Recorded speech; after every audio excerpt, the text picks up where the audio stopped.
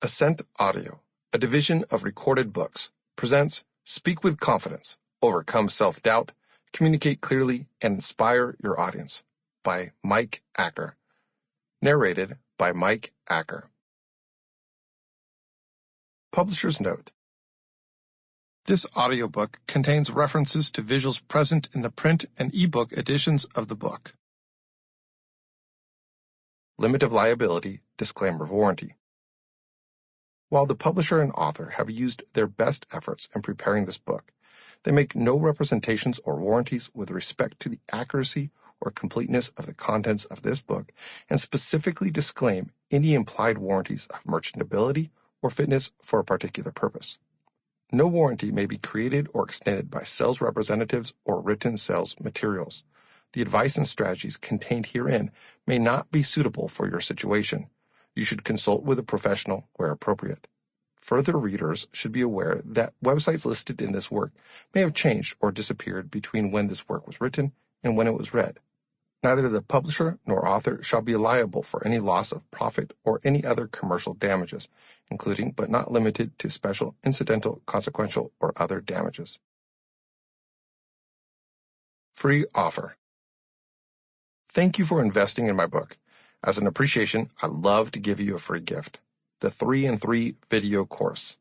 This course covers the 3 classics that are the basis of effective public speaking and the 3 questions that will help you write better speeches. It's the foundation of my coaching and has helped hundreds of people gain clarity and direction in creating their speech. Visit content.mikeacker.com for your free gift. Introduction. The Framework for Confidence. I just bought my first sailboat for $1,000, and I quickly realized it was going to be the most expensive $1,000 I'd ever spent. This realization led me to sell the boat 1 month after my acquisition. Having never owned a boat before, I learned a lot in that month about remodeling, sailing techniques, and the many names of ropes. I also learned that boats are a great analogy for confidence. Imagine a 3-masted schooner braving high winds and floating chunks of ice to bring life-saving medicine to a town on the far side of Lake Superior. Or Norwegian explorer Thor Heyerdahl and his crew sailing across the Pacific in an unpowered handmade raft to demonstrate that the Polynesian islands could have been populated by South Americans. Or a crew of crabbers returning from frigid Alaskan waters loaded down with their precious cargo. Or a state-of-the-art carbon fiber trimaran tacking back and forth against the wind, an expert crew sailing her at seemingly impossible speeds in hopes of the America's Cup. Or a canoe piloted by a drunken thrill-seeker heading toward Niagara Falls. To many people, the idea of public speaking is as frightening as heading over Niagara in a canoe. But I want you to imagine a world without inspiring speeches such as Martin Luther King Jr.'s I Have a Dream, or Patrick Henry's Give Me Liberty or Give Me Death. For as long as humans have been talking, there have been those brave enough to risk rejection and speak out to lead and influence others. In my top-rated book, Speak with No Fear, I say that public speaking is a universal advantage, a skill that gives you a leg up in nearly any profession or situation. That book's popularity demonstrated how many people face paralyzing fear at the thought of giving a speech or presentation. To follow the boating analogy, that book was written for those who suffered from aquaphobia, with the goal of getting them off the dock and into the boat without throwing up. My assumption is that you come to this book with at least a little speaking experience and don't suffer from debilitating fear. Otherwise, I'd encourage you to put this book on pause and read Speak with No Fear first. Fear is a very powerful emotion and can literally hijack your ability to learn. But that book teaches you how to convert paralyzing fear into power. Bonus: download the Speak with No Fear action checklist for free at swnf2.mikeacker.com. This book is the next step. I don't want to just get you into the boat. I want to teach you to confidently sail to your desired destination. The goal isn't merely surviving, but thriving. The single greatest requirement for great speaking is confidence, not a deep, authoritative voice or TED Talk-worthy material. Confidence. I have a friend who went to Honduras on a mission trip with only 1 year of Spanish from a teacher who didn't really speak it, while some of his teammates had taken 3 or more years. But he ended up speaking more Spanish than any of them. Why? Because he had the confidence to try, fail, and try again. The single greatest skill required for great speaking is confidence. Said another way, it doesn't matter how nice your boat is. It's useless if you don't have the confidence to push away from the dock. Think about what confidence means. It comes from the Latin fidere, to trust, and con, an intensifying prefix. So, confidence means a full and complete trust, belief in the ability or trustworthiness of a person or thing, belief in oneself. But simply believing in yourself doesn't mean anything. Countless cringe-worthy performers on American Idol and America's Got Talent believed in themselves. The drunken thrill seeker in the canoe has confidence. Confidence must be grounded in reality. It is only as good as the abilities behind it. Confidence is only as good as the abilities behind it. Confidence is also a two-way street. Not only must you have faith in yourself and your abilities, but your audience must also have faith in you, or else they won't listen. You literally have seconds from the time you reach the lectern or get introduced in a Zoom meeting to when they decide whether or not they'll trust you with their time and attention. That is to say, this book isn't a just believe in yourself collection of inspirational quotes.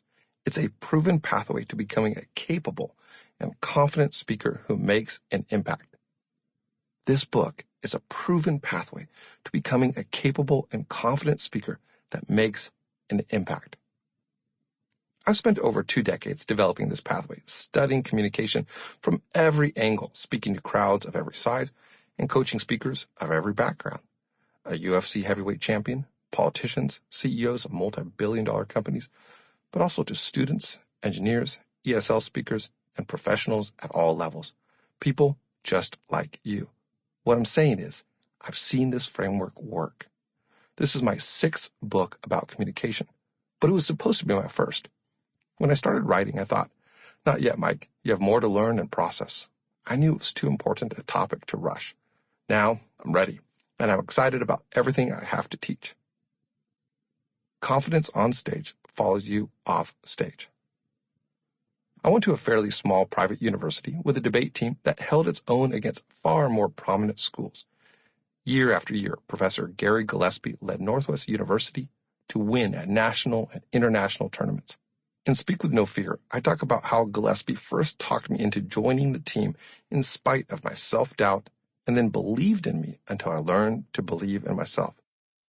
Gillespie taught us more than debate tricks, using Aristotle's famous 3 elements of persuasion, ethos, pathos, and logos. He taught us that communication was bigger than technique and the words we used. It flowed from who we are as people. I said earlier that confidence is the single most important skill required for great speaking. Let me add to that a little. Confidence is one of the greatest skills for life. When you learn to communicate with confidence, it bleeds over into every area. Because my framework is holistic, addressing the entire person and not just the exterior skills, your confidence on stage will follow you off stage.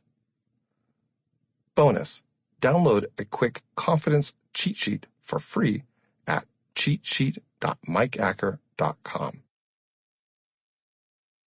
For many people, their 3 biggest concerns are their health, wealth, and relationships. Confidence has a positive impact on all 3. 1. Health. Excessive stress is one of the greatest threats to well-being. Not only will confidence lower your pre-speech jitters, the sleepless nights, anxiety, and racing heart, but will also help you face your off-stage stresses with calm. 2. Wealth. As I said, confident public speaking skills will increase your value to your organization no matter your profession. And as your confidence bleeds into the rest of your professional life, you will interview better, sell better, and lead better. I've had several clients get promoted midway through our work together or find the courage to apply for positions that they previously dismissed as out of their league. 3. Relationship. Health and wealth mean nothing if you are relationally miserable. If you're lonely and too timid to invite a colleague to have lunch or ask someone out on a date, or if you're too scared to deal with an issue that is slowly driving you and your spouse apart. My book, Connect Through Emotional Intelligence, deals with this at a deeper level, but confidence is key to healthy relationships. Conversely, improving your emotional intelligence will help your confidence become well-grounded. I think every American Idol fail could have been avoided with a higher EI. Confidence is a key to healthy relationships. So, are you ready to begin your journey to speaking and living with confidence? You will learn things like systems for nailing off-the-cuff speeches, combating imposter syndrome, finding your greatness and how to stop comparing yourself to others, adding interest to your verbal delivery. I'm not promising an easy path. This will take work. You have to be willing to do more and push harder than others. But it will be worth it. I am confident that the payoff will far exceed your investment. Don't let insecurities hijack another speech or ruin another opportunity. Gain the confidence that will transform your life. Chapter 1. The Big Three. My coaching career started as a side hustle. Ever since college, I've been working with professionals to improve their leadership and communication. My role as an executive director of a nonprofit involved training my team, and I take pride in how many of them have gone on to new heights. My personal mission was, and still is, to help people realize their potential. In my 30s, I had a career change and was finding success in consultative sales. I enjoyed my work, but missed the mentoring aspect and kept finding chances to work with leaders and speakers on the side. I didn't initially think of it as a side hustle. It was more of a paid hobby. Then I got my first big deal coaching opportunity. The CEO of a nationally known marketing firm learned about me from a referral and reached out. But she wanted more than feedback and informal coaching. She was looking for an A to Z program, so I consolidated everything I learned and taught into a comprehensive system. Reaching back to my time with Professor Gillespie, I started by walking her through Aristotle's elements of persuasion. 1. Ethos. Speakers need to convince the listener of their credibility. Ethos is the root of ethical. The audience needs to feel like they can trust, learn from, and connect to you. You must build rapport through relevant stories, the words you use, the way you conform to the context of the event, and your connection to the message. When the audience trusts and connects with the speaker, they listen with greater receptivity. When the audience trusts and connects with the speaker, they listen with greater receptivity. 2. Pathos. This means to evoke emotions. Your message must affect you before it can possibly affect your audience. Then you must intentionally use stories, evocative analogies, and emotional tone to convey the meaning behind the message. True communication is more than the mere transference of knowledge. When you feel your message, your audience will feel it with you. When you feel your message, your audience will feel it with you. 3. Logos. Logos encompasses organization and thought and creating understanding. It is the logic of the message. You must utilize various tools to persuade the audience.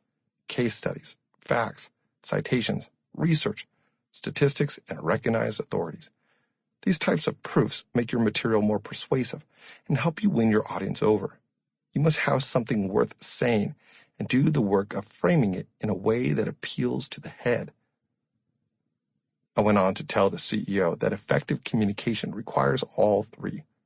Too many speakers fail to establish a connection through ethos or engage feelings through pathos, relying on logos alone. But your audience is not comprised of soulless androids.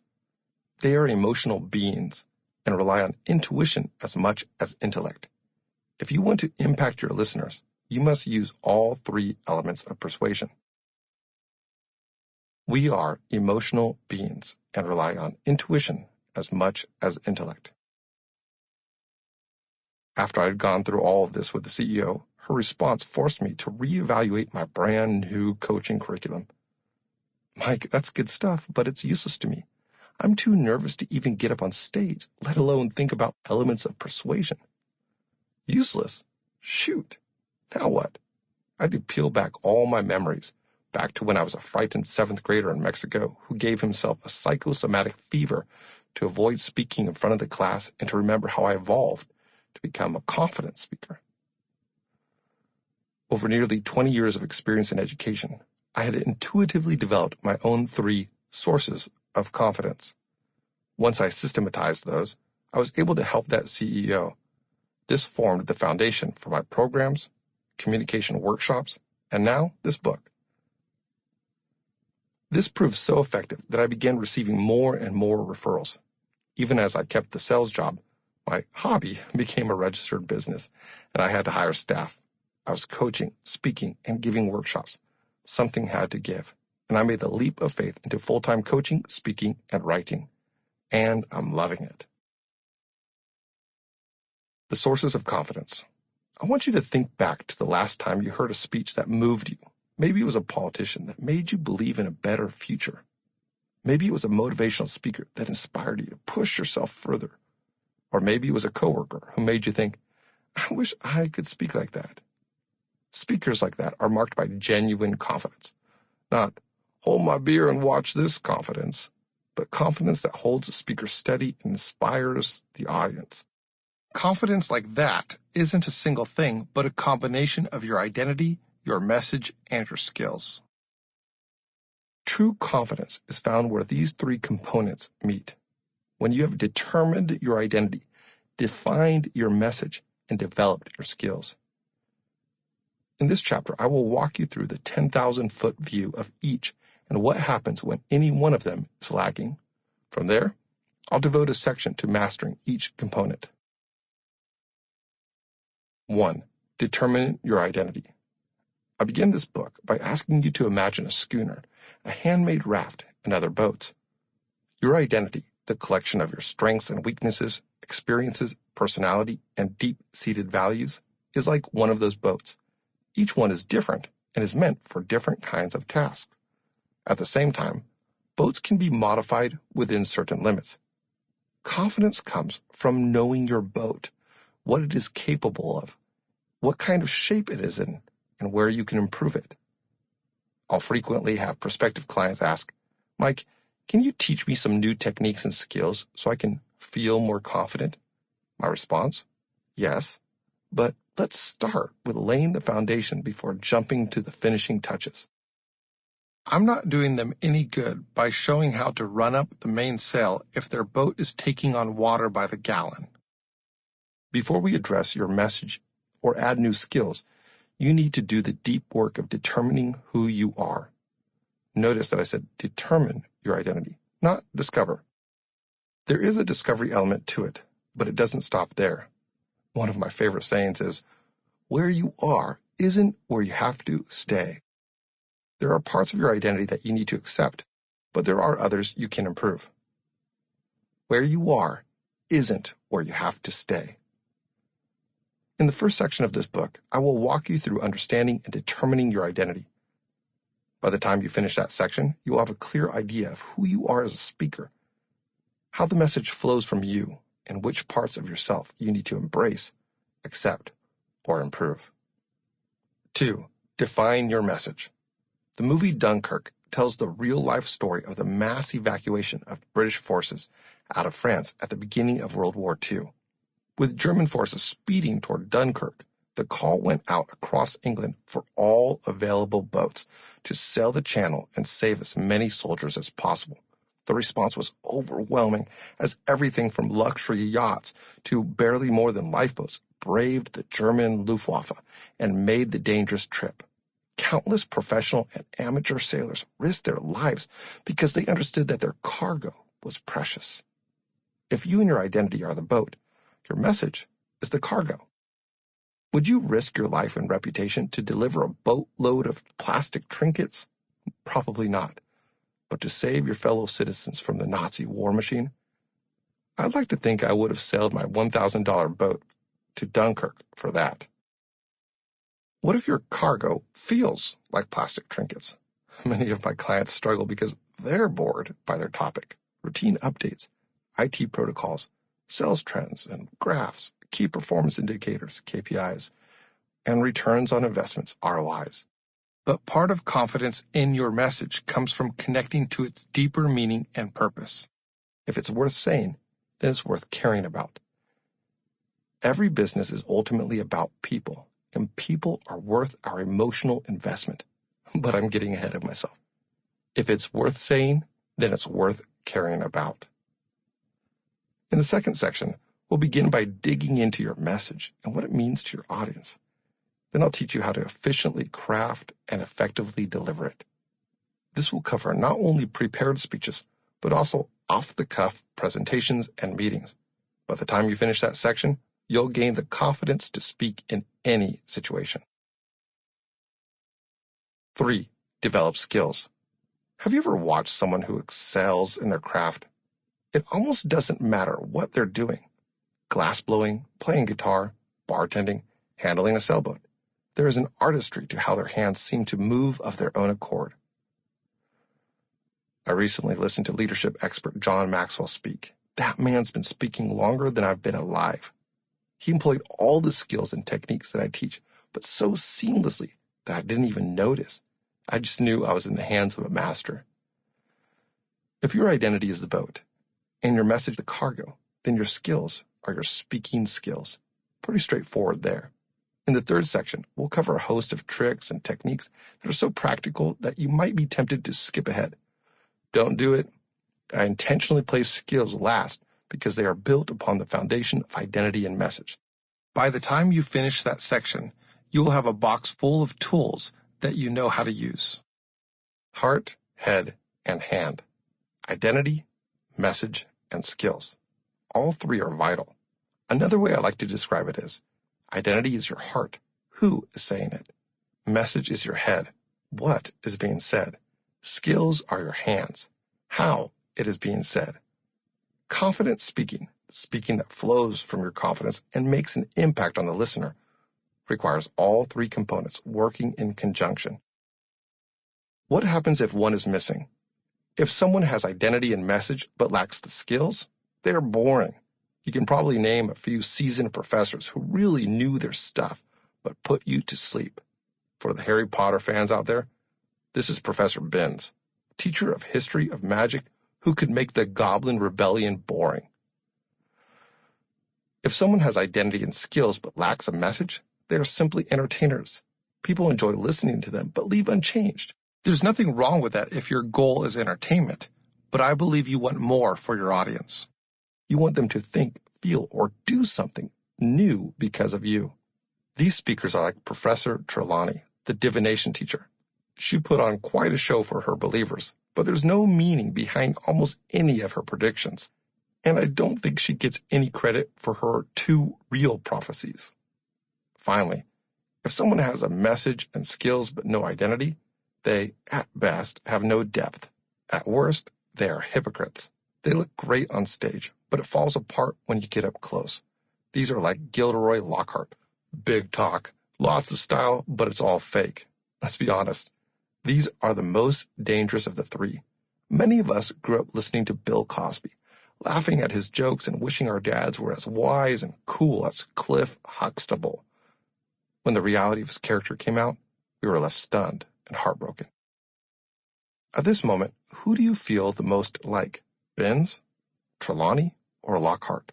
Or do you feel any of those would be a step up for you because you lack identity, message, and skills? Then you are in the right place. Over the rest of this book, I'll apply this framework to your speaking so you can be like, who else? Albus Dumbledore. Confidence and influence flows from speakers who have identity, message, and skills. Confidence and influence flows from speakers who have identity, message, and skills.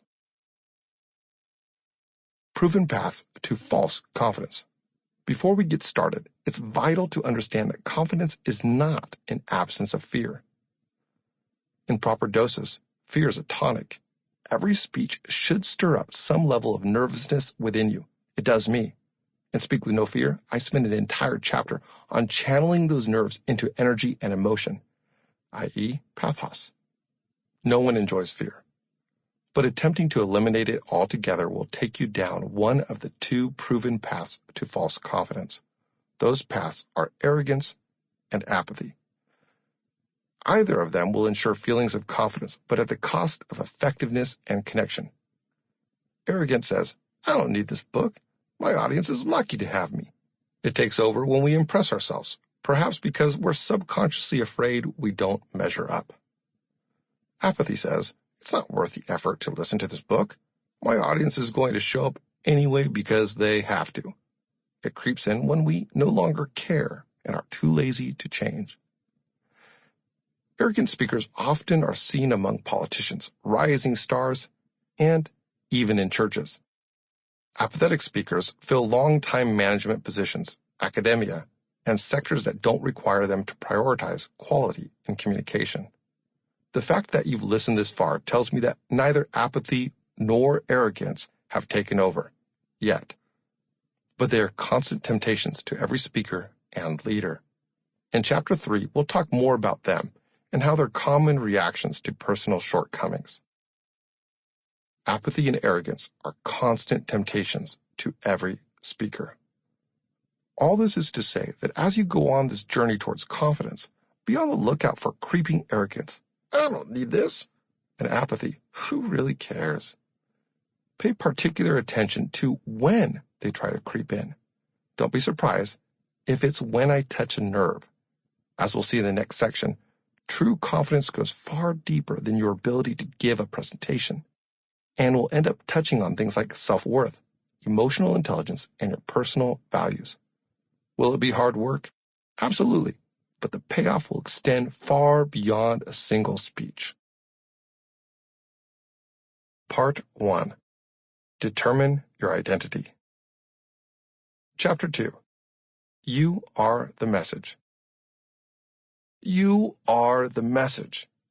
If all your company needed was information, then they would cancel the presentation and play the slide deck. If all they needed was statistics, an email would be sufficient. You, in your own personhood, bring an irreplaceable element to the presentation. You are the message.